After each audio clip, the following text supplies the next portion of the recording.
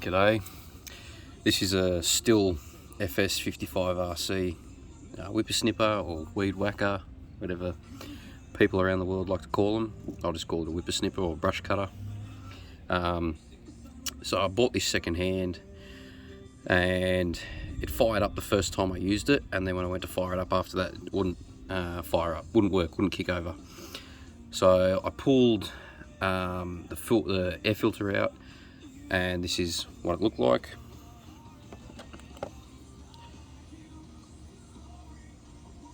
Not too bad, but it's just a bit old. So I thought maybe the air filter's stopping it from getting enough air to start. So I pulled that off, and it's a bit oily too. When you actually touch it, you can feel the oil in it. So I pulled that off and tried to start it, still wouldn't work. So I thought, okay, maybe it's not getting spark. So I pulled out the old spark plug, had a look at it. It was pretty dirty, so I replaced it with a new one. Tried to start it, still wasn't working. So I thought, okay, is it getting fuel? So I had a look at the leads. Now they're a bit different to the leads that I've worked on before that lead into the carburetor. They're generally just a bit of fuel line, but these are an actual, I'll show you, because I bought a kit off eBay to replace a lot of this. It looks like this. So these are the two leads that go to your Carby, and that goes into your fuel tank. So that sucks up the fuel into the Carby, and then this lead pumps it back into the tank, so it circulates it. So I hadn't worked on something that had this sort of setup before, so I had a look at it and thought, well, it's not cracked, it's not split, there's nothing that's come off it, so I can't actually, that's not a problem. So I thought, okay, well, what's my next step? It's getting fuel, it's getting spark, you know, I've got the air filter off, so it's not that. So I thought maybe it's the exhaust. So I went and had a look at the exhaust, which is on the back side here.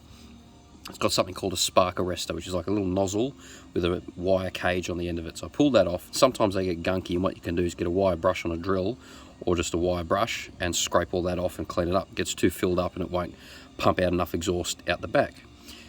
So you can scrape them off. I generally just cut that cage off, so you eliminate the need to maintain that at all.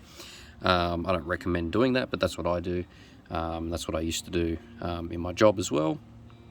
So for all the machinery or tools that we had, and that seems to work pretty well. That wasn't the problem, still wasn't firing up, so I thought, okay, maybe it's the carburetor. So this was the old Carby. See if I can zoom in on this. Yeah, here we go. This was the old Carby, right? Doesn't look like it's in bad shape, just a bit dirty. You know, I played with the throttle, opens up, doesn't look scored inside the chamber there, it looks pretty good. But the gaskets were a little bit stiff and they weren't really holding on properly, and these are the gaskets that came off it here. So you can sort of see, you know, not really in shape anymore. They're old, you know, you can bend it and that's already starting to split. So I thought maybe it's new gaskets. So I just ordered a whole new kit. Now I ordered a new carburetor, but it didn't come with gaskets, so it's pretty useless to me. So I'll just keep that as a spare. So I ordered another kit, and I'll just zoom out here, off eBay, and that came with everything. It comes with a new Carby, gaskets, air filter, spark plug, and a fuel filter for inside the tank, and a couple of spare bulbs. So I've got 3 bulbs there. So what I'm going to do is show you how to replace the carburetor. It's pretty simple. I've already taken the old one off, but I'll show you how the new one goes on. It's very simple. Yeah, so stay tuned. I'll show you how that's done. Okay, so I've just pulled out the fuel lines. That's the fuel filter on the end of it. It looks pretty good. Doesn't look like there's much build-up in that at all, so I'm not going to replace that. And I'm just pinching the line just to see if I can see any cracking or hear anything or feel anything blocking it, and I can't feel anything, so I'm pretty satisfied that there's nothing wrong with that. So I'm going to put that back in and just leave the one that I got as a spare. Don't fix what ain't broke, as they say. Okay, so that's in. Now this is the old carburetor. As you can tell, it's the original that came with it. It's a Stihl Zammer, right? I don't think there's anything wrong with this, so I'm going to keep this as a spare. I might clean up the surfaces later on and order another gasket kit and just keep this to the side for next time. If I need to replace it, I've got one ready to go. So this is the one I'm going to be using. Okay, so which way does it go on? Well, have a look, right? Have a look at how this is set up. These are your dials here, you can stick a small flathead screwdriver in there, and these will turn. These are adjustments to up the throttle, more fuel, etc. So look, I don't know, like low, and the throttle adjustment. I don't know a whole heap about the adjustments, so I don't play with them. I just leave them on the settings they are. The throttle you can adjust, that's pretty easy, but the high and low flow depends on your fuel intake and what you're getting. So my old gaskets here, I just ripped them off. I didn't actually look at which way they came on, but you can sort of get a general idea of how they do go on. The shape for this one here, for that and that shape, looks like it suits the port there. So I'll look at the new kit and see what we got. Okay, so what I was saying before about looking which way this goes on, what makes sense to you? If these are your adjustments, how are you going to get to them, right? So you've got to think the back, I know how it came off, but the back is where you're going to be adjusting it from, and the front here are your inlets and outlets for the fuel lines. So you've got to sort of look at how it's situated and look at which way the fuel lines are going, and there you go. That's how it goes back on. So we'll start putting the gaskets on and then we'll get back to you. One thing to consider, I'll just show you, I'll just pull this off a little bit. The gaskets they sent me are both the same shape, right? One of them's got an extra hole, but they're the same shape. This is the gasket that came off, and that's the gasket I got. Different shape, right? So you sort of got to just look at that and go, okay,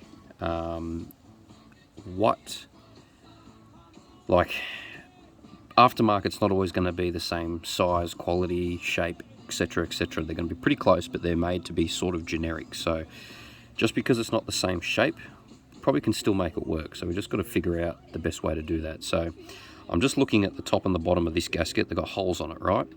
And see if I can bring you in a little bit closer here. You can see just there, there's a little score in the port. Hang on. Just in there, right? Now the gasket that I've got here has a little hole, a little bit I can punch out right there. So possibly that is the gasket for that, because the old gasket had the hole there, and this one can be punched out, so I might try that. So you just got to look for these things. There you go. So I just punched out that little hole, you can see there. It came out super easy. Probably was meant to come out from factory, but it might have just accidentally been unpunched, because I literally just touched it and it fell out. So there we go. So that's the right gasket for there. So you've got to do a little bit of investigating and just play with things a little bit to find the way that they're going to suit. So I don't think it really matters if this goes that way or that way. It's pretty well the same.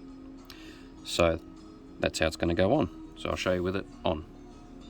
The other thing, just before I whack it on, is the throttle control here, right? There's a lever cable there with a stopper. It's got to feed through this. So we just got to make sure that when we get this on, we can pull that and thread it through there. There is a little retaining clip that situates that inside the head of the motor, or in the casing here, and that allows it, you can sort of see I push it and it slides out a little bit, but it's not moving out of it. Okay, so it's located in there. Once I put this on, it'll hold that in. So just a few things to consider. Okay, it's on. I haven't put the other gasket on yet, just wanted to show you something. No, I'll come out. It's a bit hard to see it there, sorry. Okay, I'll just use my pointer. So I've got that situated in the little bracket that holds the throttle cable. I've got the Carby pressed in. The hardest part of this was actually getting these fuel lines out of the way while you're trying to press everything and locate it. That's the hardest part of this. So this is really a simple job to do. Anyone can do this at home. The kit cost me 20 bucks off eBay and it was delivered in 3 days. So this is literally something that anyone could do. You don't really need to have any knowledge about small motors to do this. Just on the throttle cable side, on the little bit that holds it onto the Carby, there is a slot on one side and then a recessed slot on the other. The recessed slot is the side that the stopper on the end of the cable goes in and it clips into. If you do it on the other side, it'll slip out. So it needs to retain on one side. You'll see it if you're doing this yourself. You'll know what I'm talking about. Got that on. Now the new gasket goes on, right? Like that. Okay, now, where are we? Where is it? Here it is. Now we've got our air filter set up. So this goes on as well. So I'll show you how that goes on in a second. Okay, this is half of the cover, the other half I've taken off. Slides on, that's the back of it. And that's the throttle when you're starting and running the whippersnipper. You see how that action works there. So anyway, this goes on to cover it. Just got to make sure I get it on without crushing anything or ripping. Right, there we go. Then these little nuts, these are an 8mm, so I've got the screwdriver attachment to the socket. I recommend using this because it's harder to over tighten it when you're twisting it with your fingers than with a spanner, because you can really get a lot of force on that and thread it, break it off, snap it. Whereas with this, it's going to be a little bit more difficult to do that. So yeah, it's a small motor, there's small bolts, small nuts, you don't want to over tighten anything. This is quite a small space to work into, so just be patient with it and yeah, you'll be able to get it. So now I've got them located, so now I'm just going to nip them up evenly. It's like when you're doing up your nuts on your tyres. You just want to do them evenly, you don't want to over tighten one side because it could pull things off center, and we don't want to do that. So you're going to need small sockets to do this. So I've just got a mini 8 socket. So now that's firm. That's firm, and then I'll just nip it up just a touch, just to situate, make sure the gasket is tight. Okay, there we go. That's as tight as you want to do it. You don't want to overdo it. That's when you cause problems. Got my new air filter, so I'll show you the old one. Night and day, right? This is dirty, this is oily. I can feel it on my fingers when I touch it. So, new one here. All right, beautiful. Let me get the cover. Make sure you get it on the right way. So these little hooks here, just slide into that. And they go across. Clips in. All right, make sure our throttle works. Yep, it's working. All right. Now, if we've done this properly, this should fill up. There shouldn't be any air leaks. It should fill up with fuel. So we pump it 1, 2, 3, 4. There we go. See it? Fuel's coming in. We don't have any leaks. Okay. So another thing to look out for, and that I wanted to show you. Hang on, let me get a torch. See if you can see that a little bit clearer. Sorry about that flashing light. Right there, see that little hole there? That's the spark arrestor. Okay, there's a little socket attachment there, so you just can get a little socket in there, and that whole piece will come out, and there's a cage on the other end of it that gets gunky. So you clean that up, or you can cut it off like I have. But you can see all the oil in there. To me, that says the gaskets in the Carby were leaking, and it was causing oil to come out there. So hence why I went with a gasket kit. See if I can get this thing running. So that's one thing to check. Spark plug's another thing to check. I have replaced this one, so this is how you take it off. You just pull that off and you can get to the socket. I've replaced that already. There's a new Carby in here, new gaskets, new air filter. I only changed this fuel the other day, so that should be good. Haven't played with the settings, but I have primed it.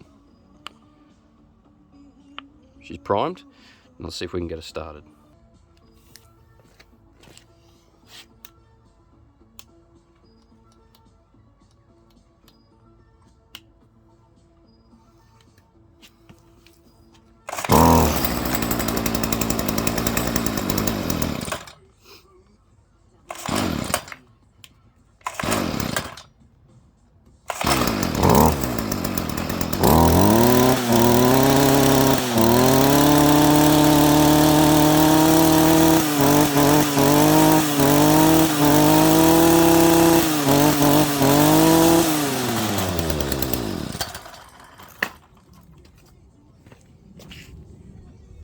There you go, absolutely fired up. I only literally pulled that the first time and it fired up. So that's how simple it is to do your own servicing on your equipment. You know, it took 15 minutes to do it. and that was slow because I was recording and explaining things. But if I was doing this by myself, it would have taken me 5 minutes. All you're going to need is a little screwdriver type socket. This, in case, just a little flathead Stihl screwdriver, any screwdriver, just in case you need to pick things off or get to things that your fat stubby fingers can't get to. This, you don't need this. You can just have a socket of any type of socket that'll fit your spark plug heads and your spark arrestor. I just happened to use this because this was the right size, but this is a scrench, but you can use any sort of socket. I just had this so I could illuminate things in the dark. A couple of towels in case you need to wipe your fingers.